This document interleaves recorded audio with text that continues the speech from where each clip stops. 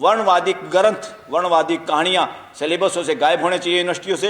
हरियाणा के लोगों ने तो ऐसी किताबों की आग बना ली और उससे तम्बाकू भर के हुक्का पी गए।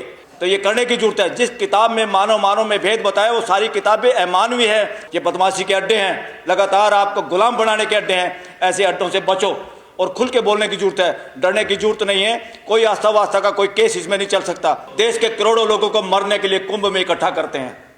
यह असंवैधानिक है, अमानवीय है, प्राकृतिक है और झूठे कथा कहानियां हैं। इनको आप आस्था के नाम पे ढो नहीं सकते।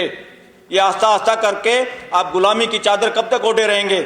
ये सारे के सारे उन कथा कहानियां, शंकराचार्य कोई भी हो, वो देश को बेवकूफ़ नहीं बना सकता, वो संविधान के अगेंस्ट नहीं बोल सकता। वो संविधान में दी हुई आज़ादी और संविधान की जो ड्यूटी है सबको साइंटिफिक टेम्पर का इंसान बनाना है, वो क्वेश्चन कर सके। आप इस पर क्वेश्चन नहीं करेंगे, ये आस्था है। ऐसी कोई आस्था देश में नहीं चल सकती। आस्थाओं के लिए 3 कंडीशन है। जो आस्था पे 3 कंडीशन पे खरी उतरती है उसको आप एब्सोल्यूट आस्था है, उसका अधिकार इस देश में, बाकी आस्था का अधिकार नहीं है। आस्था का अधिकार तब है आपको अगर ये आस्था देश के लोगों को की हेल्थ ना खराब करती हो। हेल्थ कौन सी? आपको बुखार थोड़ा चढ़ाना है। हेल्थ का मतलब है मानसिक हेल्थ। अगर आपको पंगु और नपुंसक बनाती है, मानसिक गुलाम बनाती है, आप बोलने से डरते हैं, आप क्वेश्चन नहीं कर सकते, आपको डर लगता है, असंवैधानिक है। जो आस्था आपको ये कहती है कि यहाँ एक बूंद पड़ी थी अमृत की, साथियों कितना असंवैधानिक है, प्राकृतिक है, यूनिवर्स के खिलाफ है ये बातें कि सुर और असुरों की लड़ाई हुई। कौन असुर हैं? धरती पे कोई असुर नहीं है। सारे के सारे 800 करोड़ लोग एक जैसे हैं, सबका सॉफ्टवेयर एक जैसा है। ये कौन नॉनसेंस बात फैला रहा आज तक? असुर और सुरों की लड़ाई हुई और उसमें कोई जीत गया और झगड़ा हुआ, 4 बूंद गिर गई और उस बूंद का पानी जहां गिरा बाकी धरती का क्या हुआ भाई? वो चारों बूंदे धरती इंडिया में गिरी। नॉनसेंस बातें करते हो, बकवास करते हो और अपने आप को शंकराचार्य और मंडेश्वर कहते हो, संत और बाबा कहते हो। लानत है। आज देश के लोगों को और खासतौर पर युवाओं को चैलेंज करना होगा इन फ्रॉड जो पोस्ट हैं। ये इस देश के लोगों को प्रधानमंत्री एक पोस्ट है, एक व्यवस्था है। प्रधानमंत्री किसी के बाप की और खैरात की पद का नाम नहीं है। प्रधानमंत्री ऑफिस एक व्यवस्था है और उस व्यवस्था पे कई बार गिरे हुए चरित्र के लोग भी जा ही सकते हैं। बहुत सारे ऐसे लोग झूठे एफिडेविट देकर एमएलए एमपी बन ही चुके हैं इस देश के अंदर। तो सीएम, पीएम या डीएम, एसपी ये किसी के बापों की जागीर नहीं है, व्यवस्था के अंग हैं। ये ऑफिस है व्यवस्था के। उन ऑफिस को डेमोक्रेसी के तरीके से व्यवस्था को और सुदृढ़ बनाने के लिए, मानवीय व्यवस्था बनाने के चलाने के लिए ये चीज़ें हैं। और इनमें जो टांग अड़ाते हैं, आप लोग सोच रहे तो ये डीसी बन गया, ये एसपी है, ये सीएम है, पीएम है, और कैसे भिखारियों की तरफ चारों तरफ मंडराते रहते हो।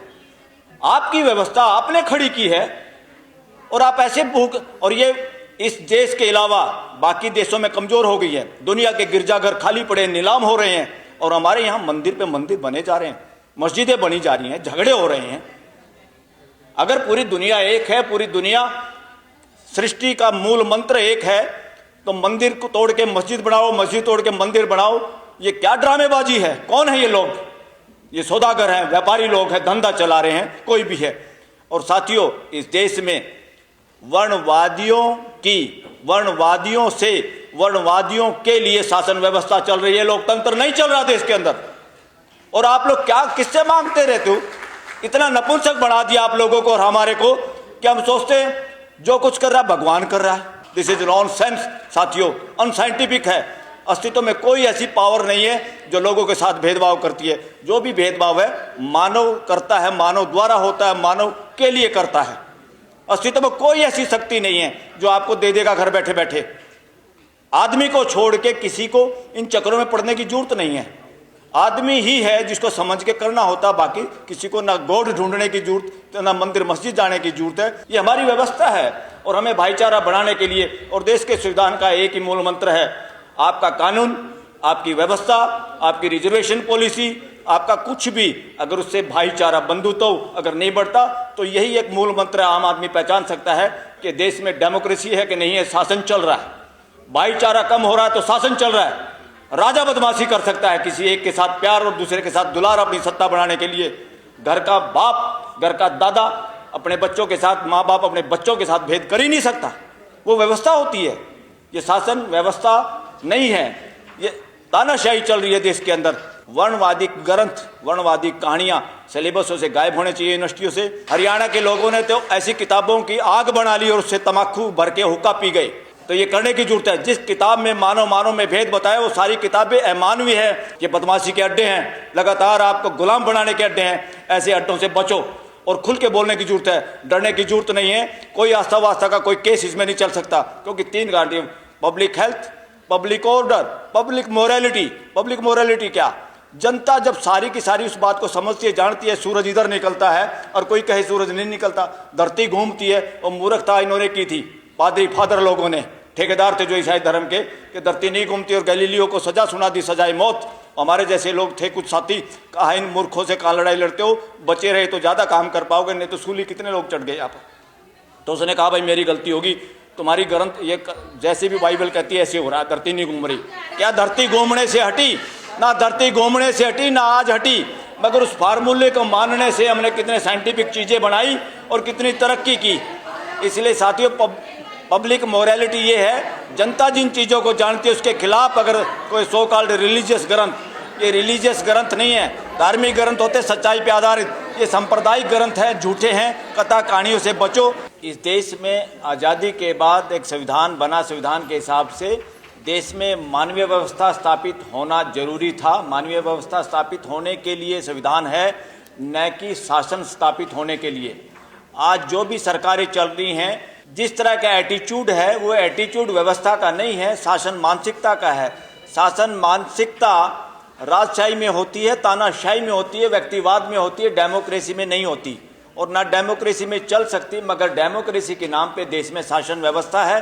शासन व्यवस्था वो होती है जहाँ चुपचाप फैसले लिए जाते हैं, लोगों की भागीदारी नहीं की जाती, पार्लियामेंट से सस्पेंड किए जाते हैं एमपी, और पार्लियामेंट में आपके चुने हुए प्रतिनिधि भी गूंगे बन जाते हैं, मदारी के बंदर बन जाते हैं, बोल नहीं सकते, उसका नाम शासन व्यवस्था होता है। इसलिए डेमोक्रेसी के नाम पे शासन व्यवस्था चल रही है। लगातार देश के लोगों को एक बात ध्यान में रखनी चाहिए, सरकार का कोई भी काम है, कोई भी पॉलिसी है, कोई भी कानून है, सुप्रीम कोर्ट का भी कोई फैसला है, वो सबको एक दृष्टि से आपको देखना चाहिए, क्या इसमें शासन की बू आ रही है या लोकतंत्र की व्यवस्था, हमारी भागीदारी की कोई इसमें आ रही है। और इसीलिए मैं कह रहा हूँ, देश के अंदर राइट टू असेंबल, इकट्ठे होना सबका मौलिक अधिकार है, कोई दिक्कत नहीं है। मगर देश के किसान मजदूर, देश के लोग जो व्यवस्था स्थापित करने के पक्ष में बोलना चाहते हैं और शासन के खिलाफ बोलना चाहते हैं, उनके लिए लगातार धारा 44 और धारा 163 दिल्ली में भी लगाई गई, और किसानों को तो दिल्ली के आसपास आने नहीं दिया गया। मजदूरों की और दूसरे लोगों की हिम्मत नहीं है कोई जंतर मंतर पे लंबे समय तक पूरा दिन कोई अपनी बात रख सके।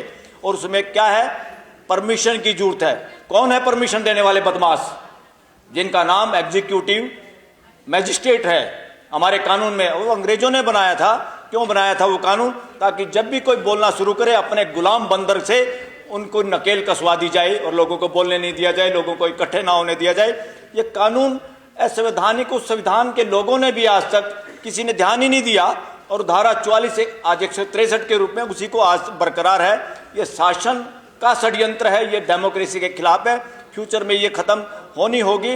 राइट टू असेंबल में क्या होता है, व्यवस्था में क्या होता है? जब मुझे इकट्ठा होना है, हम लोगों को इकट्ठा होना, हमें इन्फॉर्मेशन देनी होती है, ताकि पुलिस की व्यवस्था, पानी की व्यवस्था, कोई व्यवस्था सरकार की तरफ से हो तो हो जाए। मगर उसमें यह नहीं है कि आप मना कर दोगे लोगों को इकट्ठा होने से। जहां लोगों को इकट्ठा होने से कि यहां कानून की व्यवस्था चरमरा जाएगी, जंतर मंतर पे भी आपको परमिशन नहीं मिलती। हाँ, आपने ये पीछे जो लिखा है दिल्ली में डोमिसाइल का, बिल्कुल, अरे दिल्ली में इतने सारे कानूनों को आपने ध्वस्त कर दिया। पूरे देश के लिए जब आपको बेनिफिट होता है वर्णवादी व्यवस्था को, वर्णवादी मानसिकता को, तो आप सारे कानून ध्वस्त कर देते हो।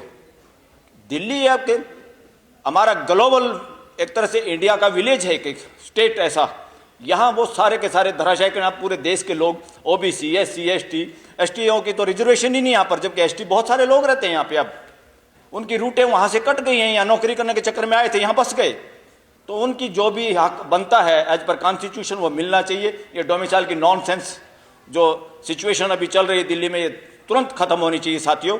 और मैं एक और बात आप करके, क्योंकि मैं फोटो लगातार जब देखता हूँ, जब भी एससी, एसटी, ओबीसी, माइनॉरिटी, और अभी मैं आदिवासियों के किसी प्रोग्राम में था मध्य प्रदेश में, तो वहाँ मैंने कहा, वो लोग बड़े खुश हुए इस बात से। मैंने कहा बात सुनो, नॉर्थ इंडिया का अगर सबसे बड़ा इसके खिलाफ लड़ने वाला आदमी जो वर्णवादी व्यवस्था के खिलाफ, वो था छोटू राम, जो कंबाइंड पंजाब में एक मंत्री था। वो सीएम हो सकता था, मगर जानबूझ के उन्होंने ये, क्योंकि बहुसंख्या में मुसलमान लोग ज़्यादा थे, वो उनको खुद बनाना चाहते थे सीएम, मगर फिर भी उसके बावजूद मुसलमान सीएम थे। और उसके सीएम होते हुए गांधी और जवाहरलाल नेहरू को भी सिफारिश करनी पड़ी थी। किसने? जो पाकिस्तान का बंटवारा चाहता था। जिन्ना पंजाब में नहीं घुस सका, उसको घुसने नहीं दिया, वो समाज को तोड़ नहीं पाया। हिंदू मुसलमान सिख ईसाई किसी को नहीं तोड़ पाया। सारा मजदूर, सारा किसान एक ही उसमें था। क्यों? क्योंकि सब सामने वाला अगर परिवार के मुखिया या परिवार के कुछ लोग ऐसे हों जो पूरे परिवार को बांध के रख सकते हैं, वही है व्यवस्था, मानवीय व्यवस्था। और उसको भी अब लोगों में ये मत बना है, क्योंकि उनका शरीर नीला पड़ा हुआ था। जो उनके पास रहते थे, एक सरदार जी जो अब इंग्लैंड में बसते हैं, उनके फादर थे, उनके पास एम्प्लॉय थे। उन्होंने बताया था, बोले उस वक्त ना कम्युनिकेशन थे ना कुछ था। मेरे बाप ने बताया था कि छोटू राम का शरीर नीला पड़ा हुआ था, वो मरा नहीं था, जहर दे के मारा गया था। इसीलिए डिवीजन के लिए क्या क्या नहीं हुआ इस देश के अंदर। और सबसे ज़्यादा इस वर्णवादी व्यवस्था का, जब तक ये जो लोग थे ना, Hindu Mahasabha so called, 2-3 seat पूरे कंबाइंड पंजाब, जिसमें पाकिस्तान का पंजाब, इंडिया का पंजाब, हिमाचल प्रदेश, राजस्थान का भी हिस्सा, आज का हरियाणा, आपकी दिल्ली और कुछ पश्चिमी यूपी का भी ये सब कंबाइंड पंजाब का हिस्सा था। इतना बड़ा एक देश था एक तरह से, और उसके अंदर डिवीजन के लिए कोई आदमी मानसिक तौर से तैयार नहीं था साथियों। इसलिए मैं फ्यूचर में चाहता हूं, और उसकी वजह से उन्होंने जितने टिल्ट खेती करने वाले लोग थे, सबसे ज़्यादा देश में शेड्यूल कास्ट के लोगों के पास अगर ज़मीन है, खेती करने वाले जमींदार हैं, तो वो J&K में है, जो उन्हीं के बनाए हुए कानून के आधार पर, उस कानून की वजह से उनको भी ज़मीन वहाँ मिली थी। आप लोगों को इस बात का आइडिया होना चाहिए। और उसका बेनिफिट वर्णवादियों को भी मिला, ब्राह्मणों को भी मिला, बनियों को मिला। जो टिल्ट करता था, खेती करता था, उन सबको मालिकाना हक मिला था, only due to Chhotu Ram.